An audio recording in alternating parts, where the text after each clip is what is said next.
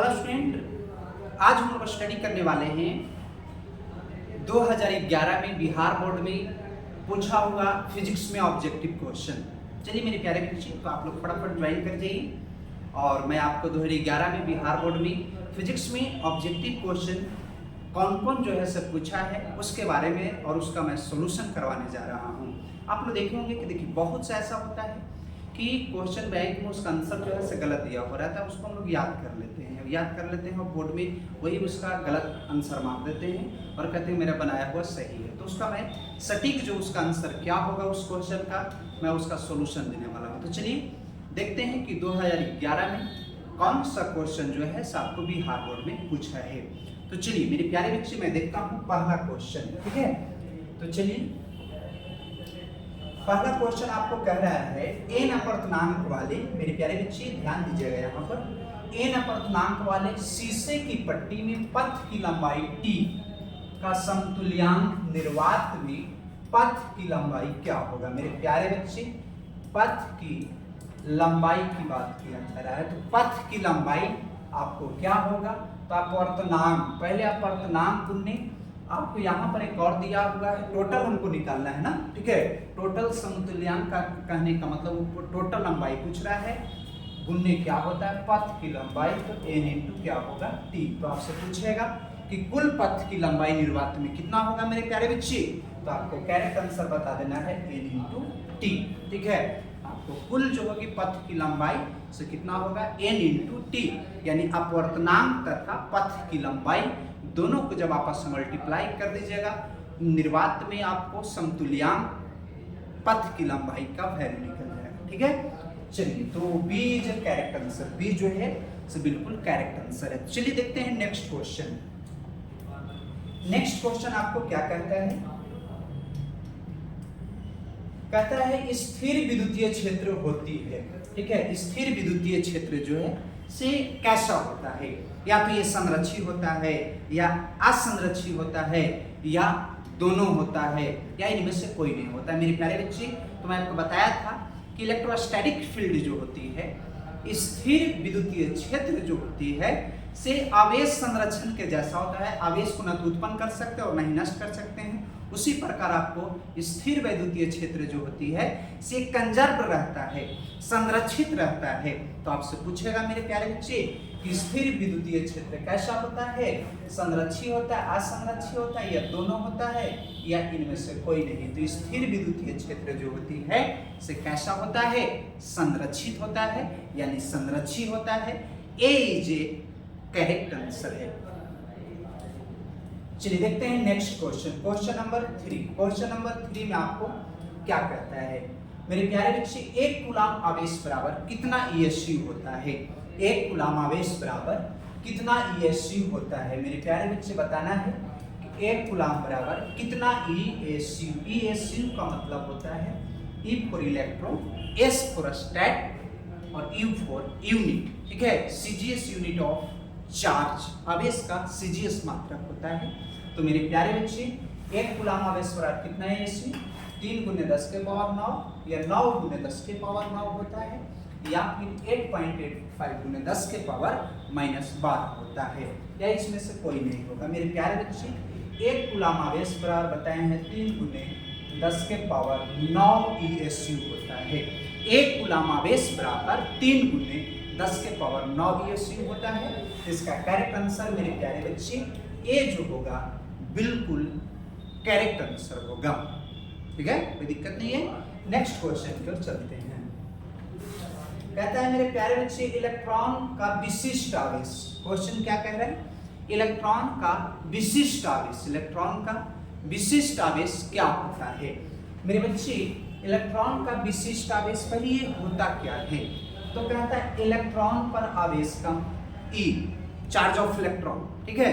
Electron पर आवेश का मान भागा दे देना है इलेक्ट्रॉन के द्रव्यमान, दोनों के अनुपात को हम लोग कहते हैं इलेक्ट्रॉन का विशिष्ट आवेश, ठीक है। इलेक्ट्रॉन का विशिष्ट आवेश, जितना इलेक्ट्रॉन का मान होगा, इलेक्ट्रॉन पर आवेश का मान होगा, उसका भागा उसमें देना है इलेक्ट्रॉन के द्रव्यमान से।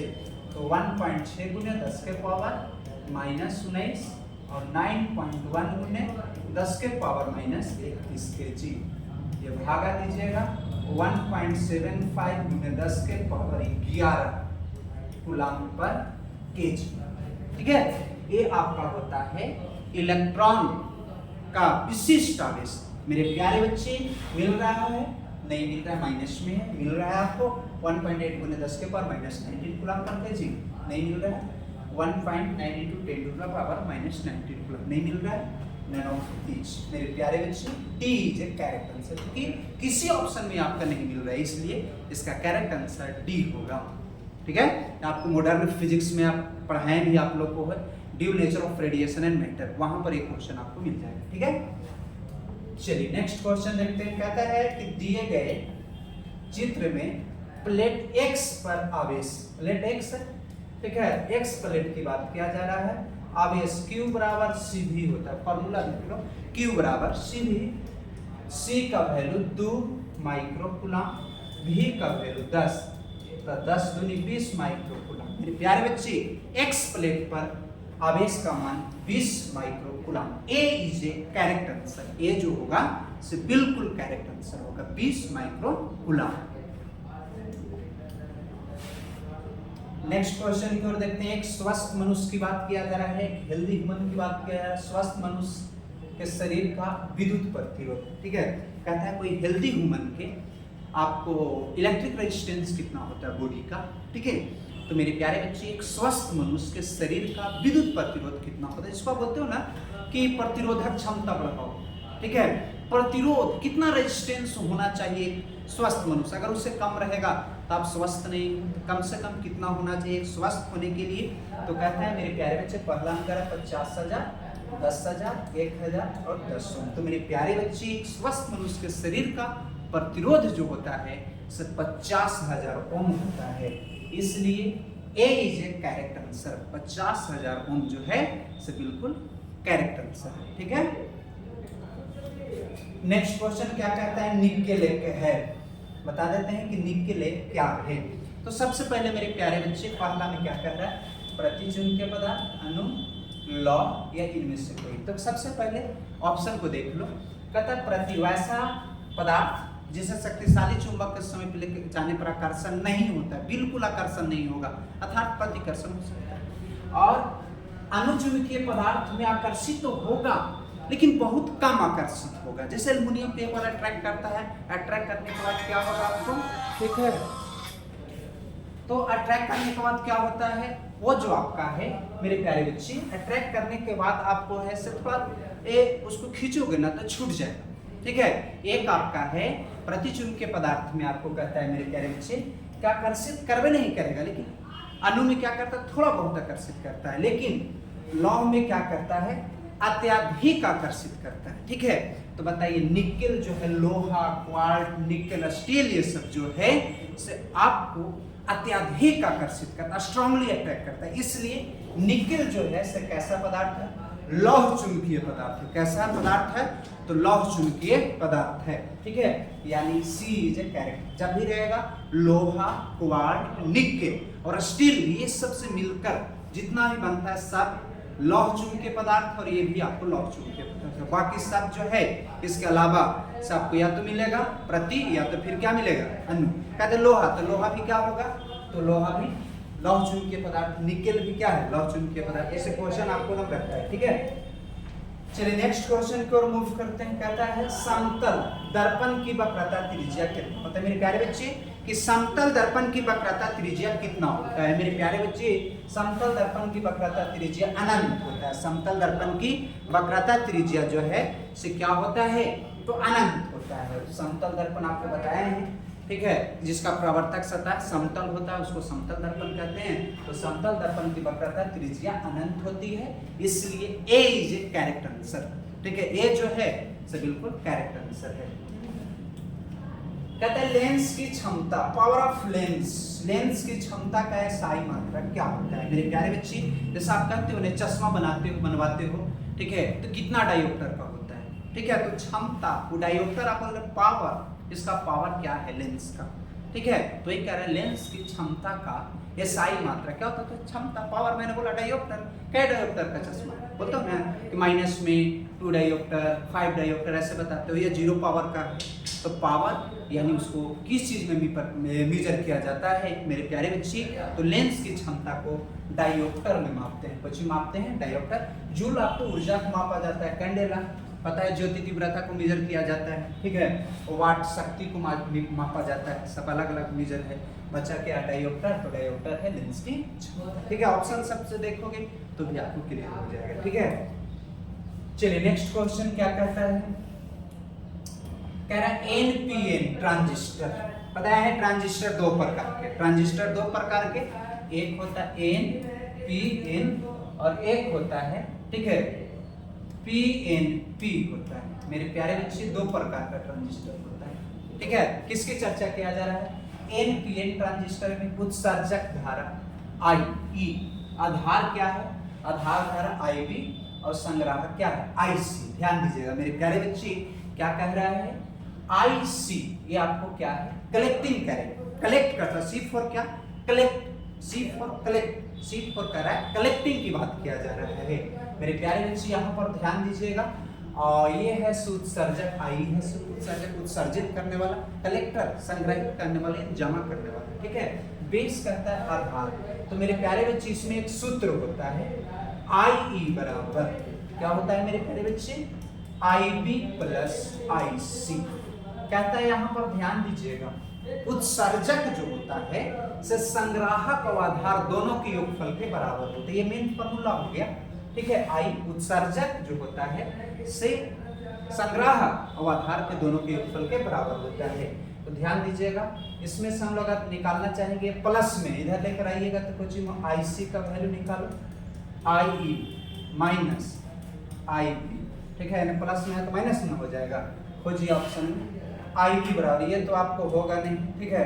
I बराबर देखिए प्लस में भी नहीं होगा, IB बराबर I माइनस IC, IB बराबर नहीं, ठीक है, ये भी गलत है। IC बराबर I माइनस IC बराबर I माइनस IB, ये नहीं कहने का मतलब ये जो है से कैरेक्टर से, बस आपको देखो ये फॉर्मूला याद रखना है, ठीक है। कि उत्सर्जक जो होता है से किसका आधार और संग्राहक दोनों के योगफल के क्या होता है बराबर, ठीक है। चलिए A is A character sir. Next question की ओर देखते हैं कि क्या करते हैं मेरे प्यारे बच्चे, ध्यान देने वाली बात, मनुष्य के आंख के रेटिना पर प्रतिबिंब बनता है। कैसा प्रतिबिंब बनता है आप लोग बताओ, कि कोई मनुष्य है उसके रेटिना पर कैसा प्रतिबिंब बनेगा। तो मेरे प्यारे बच्चे ऐसे भी आप लोग को पता है कि हम लोग जैसे मनुष्य हो गए, ठीक है, हमारी आंखों पर जो आपको प्रतिबिंब बनता है ऐसा कैसा बनता है मेरे प्यारे बच्चे, तो वास्तविक प्रतिबिंब कैसा बनता है वास्तविक, और वास्तविक प्रतिबिंब हमेशा कैसा होता है तो उल्टा होता है मेरे प्यारे बच्चे। पहला क्या रहा काल्पनिक, दूसरा देखिए उल्टा मिल रहा था, ऐसे मार दो, ठीक है, आगे सीधा नहीं, ठीक है, ये भी गलत हो गया, लेकिन वास्तविक भी है देखिए, तो वास्तविक और उल्टा दोनों होता है। तो बहुत से बच्चा मार देता है उल्टा कर, लेकिन वास्तविक प्रतिबिंब जो है सो उल्टा होता है मेरे प्यारे बच्चे। डी भी कैरेक्टर आंसर और बी, यानी आपसे पूछेगा मनुष्य की आंख के रेटिना पर कैसा प्रतिबिंब बनता है, तो वास्तविक और उल्टा प्रतिबिंब दोनों है, तो दोनों मार दीजिए। पहले वाला में एक से अधिक आंसर भी सही रहता था, ठीक है। चलिए तो आप वाला वैसा नहीं रहता है। चलिए आगे नेक्स्ट क्वेश्चन कहता है क्या आपको मेरे प्यारे बच्चे, कहता है क्वेश्चन नंबर 12, लेजर कितने में एक फोटोन दूसरा फोटोन को उत्सर्जित करने के लिए प्रेरित करता है। तो दोनों फोटोन होते हैं, कह रहा है एक फोटोन, ठीक है, दूसरे फोटोन से क्या प्रोड्यूस करने की बात कर रहा है, लेजर कितने, आपको पता है लेजर कितने जो है एक हानिकारक कितने होती है, जो हमारी आंख के रेटिना को भी खराब कर सकता है, सीसीटीवी कैमरा को डिस्ट्रॉय कर देता है, खराब कर देता है, वो बहुत पावरफुल लाइट होता है, लेजर खतरनाक किरणें होती है, ठीक है। अब यहाँ पर ध्यान देने वाली बात है लेजर किरणें में एक फोटोन दूसरे फोटोन के लिए क्या उत्सर्जित कर सकता है। तो कह रहा है पहला में समान ऊर्जा, समान दिशा, समान याम, या इनमें से कोई नहीं। मेरे प्यारे बच्चे ये जो आपको है क्या क्या प्रोड्यूस कर सकता है, तो कहता है मेरे समान ऊर्जा, ठीक है, दोनों जो है समान ऊर्जा उत्पन्न कर सकता है, ठीक है। और साथ में मेरे प्यारे बच्चे वो समान उसकी दिशा की दोनों का क्या होगा समान होगा। ध्यान देने वाली बात है, कह रहा है दो लेजर लाइट की बात किया जा रहा है, एनर्जी तो दोनों का समान रहेगा, दिशा भी समान रहेगा, अब बात है आयाम, ये तो कभी बदलता है, ये सब चीज बदलने वाली है नहीं, तो ये भी दोनों का क्या रहेगा, समान रहेगा, यानी तीनों सही है। कह सकते हैं लेजर किन्हीं में फोटोन दूसरे फोटोन को उत्सर्जित करने के लिए प्रेरित करता है, तो दोनों के फोटोन होते हैं समान ऊर्जा, समान दिशा, समान आयाम। देखो कैसे भूख ऐसा में देखो खाली एक ही को मार देता है समान ऊर्जा, लेकिन तीनों बराबर होता है, तीनों जो है से कैरेक्टर्स, ठीक है। चलिए कोई दिक्कत है, दिक्कत रहेगी तो आप कमेंट बॉक्स में जरूर लिख लीजिएगा, ठीक है। कहता है मेरे प्यारे बच्चे एक और क्वेश्चन आपको है समझना है तो पता लगेगा। कह रहा है निम्न में से कौन सी राशि अदिश, कौन सी राशि अदिश है। अदिश राशि तो आपको पता होगा जिसका केवल परिमाण होता है, ठीक है। तो केवल परिणाम वाला मेरे प्यारे बच्चे देखिए अदिश राशि, आवेश कैसी राशि है मेरे प्यारे बच्चे, तो आपको पता है कि आवेश एक अदिश राशि है। 10 कूलम आवेश बताया ना कि कैसी राशि है, 10 कूलम बोलते हो तो ओनली फॉर मैग्नीट्यूड अदिश राशि है। आगे देखते हैं, वहीं छोड़ नहीं देना, आगे बात पढ़ाना। विद्युत धारिता कैसी राशि है, अदिश राशि है, 10 फराड धारिता, ठीक है। अब मेरे प्यारे बच्चे क्या कहता है विभव करा 10 वोल्ट, तो 10 वोल्ट ओनली फॉर मैग्नीट्यूड की बात किया जा रहा है, केवल परिमाण है, तो यह भी कैसी राशि है, अदिश राशि है, तो ये भी सही है। कह रहा है विद्युतीय क्षेत्र की तीव्रता, ये जो है ये सदिश राशि, कैसी राशि है, सदिश राशि है मेरे प्यारे बच्चे, ये अदिश राशि है, कैसी राशि है, अदिश राशि, ये भी आपको क्या है, अदिश राशि, ठीक है। ये भी कैसी राशि है, अदिश राशि है। तो आप लोग बता दो इसमें कह रहा है निम्नलिखित में कौन अदिश है, आवेश भी अदिश है, धारिता भी और विभव भी, इसलिए ए भी सही, बी भी सही और सी भी सही है, ठीक है। तीनों आपको सही है मेरे प्यारे बच्चे, लेकिन एक सिर्फ क्या है, तो सदिश राशि है, कैसी राशि है मेरे प्यारे बच्चे, ये सदिश राशि, ठीक है। क्लियर है, कोई दिक्कत नहीं है, तो जो कहे ऑप्शन उसके अकॉर्डिंग मार्क देंगे। चलिए नेक्स्ट क्वेश्चन जो है आपको क्या कहता है। नेक्स्ट क्वेश्चन हम लोग देखते हैं मेरे प्यारे बच्चे क्या कह रहा है, यदि आपतन कोण, आयतन लिख दिया है, यदि आपतन कोण आई डैश, ठीक है, और आई हो तो अपवर्तन कोण का मान क्या होगा। मेरे प्यारे बच्चे इसमें जो है कि जब प्रकाश की किरणें विरल माध्यम से सघन माध्यम में जाती है, आपको पता है कि विरल से सघन में जा रही है, तो अभी लंब की ओर मुड़ेगी, ठीक है। विरल से कहाँ जा रही है, सघन मतलब सटेगी, ठीक है, सघन मतलब सटेगी, इसलिए मेरे प्यारे बच्चे यहाँ पर कह रहा है, इसमें डायग्राम भी आपको बनाया हुआ मिलेगा। तो उस स्थिति में क्या कहता है, अपवर्तन कोण की मान की बात किया जा रहा है, किसकी बात किया जा रहा है मेरे प्यारे बच्चे, अपवर्तन कोण जो होता है से क्या होता है। तो मेरे प्यारे बच्चे अपवर्तन कोण का मान जो होता है आपको से किससे, तो आपको आई के वैल्यू से आपको बड़ा होगा, यानी सी जो होगा से बिल्कुल करेक्ट आंसर होगा। इसमें आप बना सकते हो एक स्लैब तैयार कर लेना, ठीक है। उसमें क्या करना, लाइट को विरल से सघन में, यानी आप वायु से कांच में इंटर कर सकते हो, वहां से आपको निकल जाएगा इसका वैल्यू, आर डैश जो होगा से बड़ा होगा, ठीक है। नेक्स्ट क्वेश्चन देखते हैं 15 मेरे प्यारे बच्चे, ठीक है। डायग्राम जो है इसमें बनाया नहीं है, तो कहता है यदि आपतन, आयतन लिख दिया, आपतन कोण आई डैश, ठीक है, किससे बड़ा होता है, 2i से बड़ा हो तो ठीक है क्या होगा मेरे प्यारे, अपवर्तन कोण का मान कितना होगा। मेरे प्यारे बच्चे इस प्रकार आप डायग्राम बना देना, ठीक है। लाइट को इंटर जैसे ही करवाओगे, ठीक है, तो क्या हो जाएगा, यहाँ पर ध्यान दीजिएगा, लाइट को जब इंटर करवाओगे ना, यहाँ पर ऐसे इंटर करवाना है, लाइट को जब यहाँ पर इंटर करवाइएगा इस प्रकार नॉर्मल की ओर मुड़ जाएगा, ठीक है। कहाँ मुड़ जाएगा, नॉर्मल की ओर, ऊपर आपको एयर होगा, ठीक है, इधर क्या होगा, ग्लास हो जाएगा। इसमें आपको ऊपर क्या है मेरे प्यारे बच्चे, आई, और नीचे क्या होगा, आर, ठीक है। चलिए तो इसमें भी क्या कह रहा है, यदि आपतन कोण का मान आई डैश से क्या होगा, बड़ा होगा, ठीक है, 2i1 से बड़ा होगा, तो अपवर्तन कोण का मान कितना होगा मेरे प्यारे बच्चे। इसमें भी आपको क्या हो जाएगा, तो यहाँ पर ध्यान दीजिएगा, तो आई डैश का वैल्यू जो होगा से आपको छोटा होगा, किससे होगा, तो आपको आई डैश से होगा, यानी सी जो है बिल्कुल करेक्ट आंसर है। ये सब ऐसे नहीं मिलेगा, ठीक है। अब जब तक इसको थोड़ा सा डायग्राम ये क्वेश्चन जो है थोड़ा सा डायग्राम बनाया हुआ आपको रहेगा और भी इसके बारे में लिखेगा 2 लाइन। तो अब ये सब क्वेश्चन बिहार बोर्ड में पूछता नहीं है। अब यहाँ पर एक बात और ध्यान रखना है, क्या करें लास्ट क्वेश्चन, किस आपतन कोण के लिए पूर्ण आंतरिक परावर्तन होता है। कह रहा है किस आपतन कोण के लिए प्रकाश का पूर्ण आंतरिक परावर्तन होता है। तो मेरे प्यारे बच्चे आप लोगों को पता है कि किसके लिए होगा, 90 डिग्री, 48 डिग्री, 30 डिग्री। आपको पता है ना कि जब प्रकाश किरण सघन से विरल माध्यम में जाती है तो अपवर्तन कोण का मान आपतन कोण से अधिक होगा। एक ऐसी स्थिति आएगा जैसे बढ़ाओगे तो बढ़ते जाएगा अपवर्तन कोण का मान, आपतन कोण भी बढ़ेगा तो अपवर्तन भी बढ़ जाएगा। एक ऐसी स्थिति हो जाएगा कि अपवर्तन कोण का मान कितना हो जाएगा, 90 डिग्री हो जाएगा। 90 डिग्री तो कोण तो कहीं मिल रहा होगा ना, तो कहता है 90 डिग्री कोण, आपतन कोण का मान यदि 90 डिग्री होता है तो वो जो है पूर्ण आंतरिक परावर्तन हो जाएगा, TIR का पालन करेगा, total internal reflection of light. ठीक है, तो हम लोग आज स्टडी कर रहे थे 2011 में बिहार बोर्ड में पूछा हुआ ऑब्जेक्टिव क्वेश्चन। ठीक है, तो अगले लेक्चर में हम लोग स्टडी करेंगे 2012 में बिहार बोर्ड में कौन सा ऑब्जेक्टिव क्वेश्चन पूछा है, कैसा पूछा है, उसके बारे में स्टडी करेंगे, उसका सॉल्यूशन स्टडी करेंगे। ठीक है, थैंक्स वॉचिंग दिस वीडियो। जय हिंद।